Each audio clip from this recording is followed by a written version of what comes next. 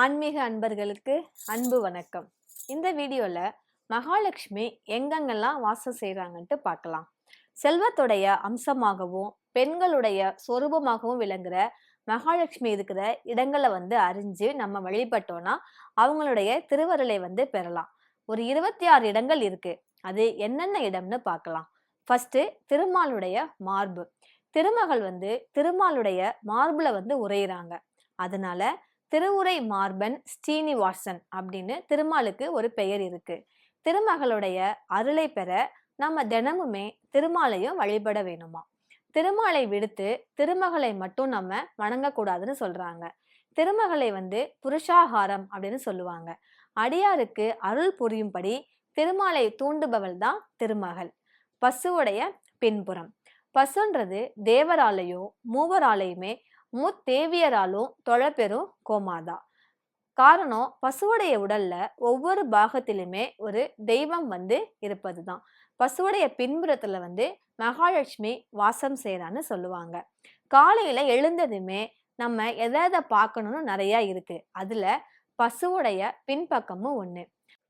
அருகம்புல் நம்ம பசுவுக்கு கொடுப்பது 32 வகை அறங்களுள் ஒண்ணு அப்படின்னு சொல்லியிருக்கிறாங்க. யாவருக்கும் ஆம், பசுவிற்கு ஒரு வயிறை அப்படின்னு திருமூலர் சொல்லியிருக்கிறாங்க. யானையுடைய மத்தகம். யானையுடைய மத்தகம் பிரணவம் போன்றது, அதாவது ஓங்காரம் மாதிரி. அங்கே திருமகள் வீச்சிருக்கிறாங்களாம். மலர்கள்ல சிறந்தது தாமரை தான்.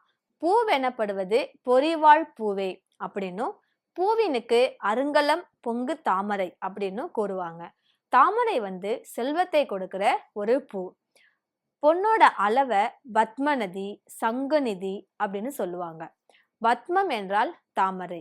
எல்லா தெய்வங்களுக்குமே பத்மத்தில் தான் அமர்ந்திருக்கிறாங்க. பத்மாசனத்துல தான் அமர்றது சிறப்பு.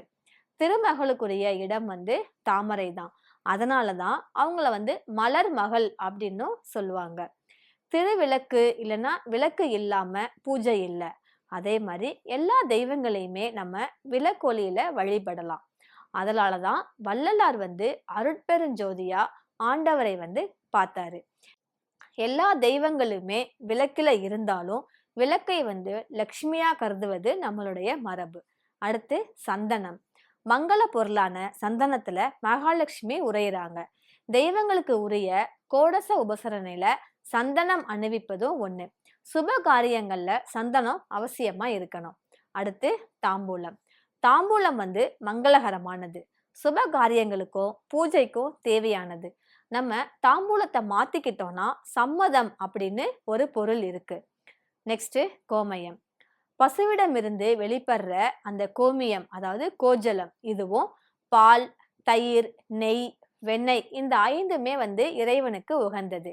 இதனை பஞ்சகவ்யம் அப்படின்னு சொல்லுவாங்க. ஐந்தாடுவான் அரண் அப்படின்னு அப்பர் சொல்லியிருக்காரு. வாயில்ல சாணம் தெளித்தா வீட்டை சாணம் வச்சு மெழுகினா கிருமிகள் வராது, லக்ஷ்மி வருவாங்கன்னு சொல்லுவாங்க. இந்த பஞ்சகவ்யம் பருகினால் நோய் வராதுன்னு சொல்லியிருக்காங்க. பஞ்சகவ்யம் பரம ஔஷதம் அப்படின்னு சொல்லியிருக்கிறாங்க. அடுத்து கன்னி பெண்கள். தூய கன்னியர் தெய்வ நலம் பொழிபவர். அவர்களிடமே லக்ஷ்மி கடாட்சம் இருக்கும். ஒரு பொண்ணை பார்த்தாலே மகாலட்சுமி மாதிரி இருக்கிறா அப்படின்னு சொல்லுவாங்க. இது உலக வழக்கம்தான். அடுத்து உள்ளங்கை. உள்ளங்கையில லக்ஷ்மி இருக்காங்களாம். நம்ம காலையில எந்திரிச்சதுமே உள்ளங்கைய பார்க்கணும். கையை நம்பித்தான் வாழ்க்கையே இருக்குது. அதனால கையால் உழைத்தால்தான் தனலட்சுமியை காண முடியும். கை அப்படின்னாலே சக்தி அப்படின்னு தானே பொருள். அவர் பெரிய கை அப்படின்னு சொன்னா அவர் செல்வமுடையவர் அப்படின்னு பொருள். பசுமாட்டுடைய கால் தூசு. புனிதமான அந்த பசுவோட பாதம் பட்ட இடத்துல பாவம் நில்லாதுன்னு சொல்லுவாங்க. அதன் கால்பட்ட தூசு இடத்துல செல்வம் கொழிக்குமா. மாடு அப்படின்னாலே செல்வம் தானே. அடுத்து வேள்வி புகை. வேள்வி புகைன்றது உயிர் காக்கும். போபால்ல வேள்வி நடந்த 2 வீட்டுகளுக்கு உள்ள நச்சு காற்று நுழையவில்லைன்னு சொல்லுவாங்க. அந்த வேள்வி புகை ஆரோக்கியம் தரும். அந்த வேள்வி புகையில வானம் பொழியும், வையகமும் செழிக்கும். நெக்ஸ்ட், சங்கு. சங்கும் அதோடைய ஒளியும் மங்களகரமானது தான். நிதியோட ஒரு அளவை சங்கம் அப்படின்னு சொல்லுவாங்க. சங்கநிதி பத்மநிதி இரண்டுமே தந்தது. நாவரசர் சொல் அப்படின்றத உணரணும். நெக்ஸ்ட் வில்வ மரம். வில்வ மரத்தடியில ரைவத மண் மந்திரத்துல மகாலட்சுமி தோன்றி இருக்கிறாங்க. வில்வம் சிவபெருமானுக்கு உகந்த ஒரு மரம் தான். அதை விட சிறந்த ஒரு மரம் எதுவும் இல்லைன்னு சொல்லுவாங்க. வைணவ தலமான ஸ்ரீரங்கத்துல தல விருட்சம் வில்வம் தான். திருநகரிக்கு வில்வராண்யம் அப்படின்னு ஒரு பெயர் இருக்கு. திருவஹிந்திபுரத்துல மகாலட்சுமிக்கு வில்வத்தால தான் அர்ச்சனை செய்யறாங்க. வில்வ மரத்தடியில செல்வம் தரும் நாயகியா மகாலட்சுமி வசிக்கிறாங்களாம். அடுத்து நெல்லி மரம். நெல்லி மரம் ஆயுளை வளர்க்கும். நெல்லிக்காய் ஆரோக்கியம் தரும். அதுக்கு அடியில மகாலட்சுமி உரைகிறாங்க. நெல்லி திருமாலையோட அந்த நெல்லிக்காய் திருமாலோட அருள் பெற்றதுன்னு சொல்லுவாங்க. ஹரிபலம் அப்படின்னும் இதற்கு ஒரு பெயர் இருக்கு. நெல்லிக்கனி இருக்கிற வீட்டுல லக்ஷ்மி இருப்பாள் அப்படின்னு சொல்லி இருக்கிறாங்க. துவாதசி அன்னைக்கு நெல்லிக்காய் சேர்த்தால்தான் ஏகாதசி பலன் உண்டு. அடுத்து தர்ம சிந்தனை. தர்ம சிந்தனை இருக்கிற மக்கள்கிட்ட மகாலட்சுமி வாசம் பண்ணுவாங்க. வெண்ணிற மாட புறாக்கள் வாழ்ற இடத்துலயும் மகாலட்சுமி இருப்பாங்க. கலக்கம் இல்லாத மகளிர் வாழ்ற இடத்துலயும் அவங்க இருப்பாங்க. தானிய குவியல் எங்கெல்லாம் இருக்குதோ அங்க மகாலட்சுமி இருப்பாங்க. கல்லும் உமியும் இல்லாத அரிசி குவியல்ல மகாலட்சுமி இருப்பாங்க. பணி உடைமையும் சொல்லும் சொல்றவங்கள்ட்டையும் மகாலட்சுமி இருப்பாங்க. அதே மாதிரி தன்கிட்ட இருக்கிறத பகிர்ந்துண்டு வாழ்ற மனுஷங்கள்ட்டையும் மகாலட்சுமி இருப்பாங்க.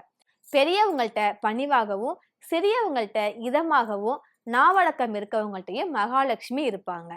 அடுத்ததா மிதமாக உண்பவர்கிட்டையும் மகாலட்சுமி இருப்பாங்களாம். பெண்களை தெய்வமா மதிக்கக்கூடிய மக்கள்கிட்டையும் மகாலட்சுமி இருப்பாங்களாம். தூய்மையான ஆடை யாரெல்லாம் அணிகிறாங்களோ, தூய்மையான இடம் எங்க இருக்கோ அந்த இடத்துலயும் அந்த மனிதர்களிடத்துலயுமே மகாலட்சுமி எப்போதுமே இருக்கிறாங்களாம். பொதுவா நம்ம காமாட்சி விளக்கு, லக்ஷ்மி விளக்கு அப்படின்னு ஏத்தி வைப்போம். அந்த விளக்குல மட்டும் இல்ல, நான் மேல சொன்ன இவ்வளவு இடத்துலயுமே மகாலட்சுமி இருக்கிறாங்க. நீங்களும் நான் மேல சொன்னதுல உள்ளதெல்லாம் நீங்க ஃபாலோ பண்ணுங்க. பசுவோட பின்புறம், தூய்மையான உள்ளம், இதெல்லாம் நீங்க ஃபாலோ பண்ணீங்கன்னா உங்ககிட்டயும் மகாலட்சுமி வாசம் புரிவாங்க. நன்றி.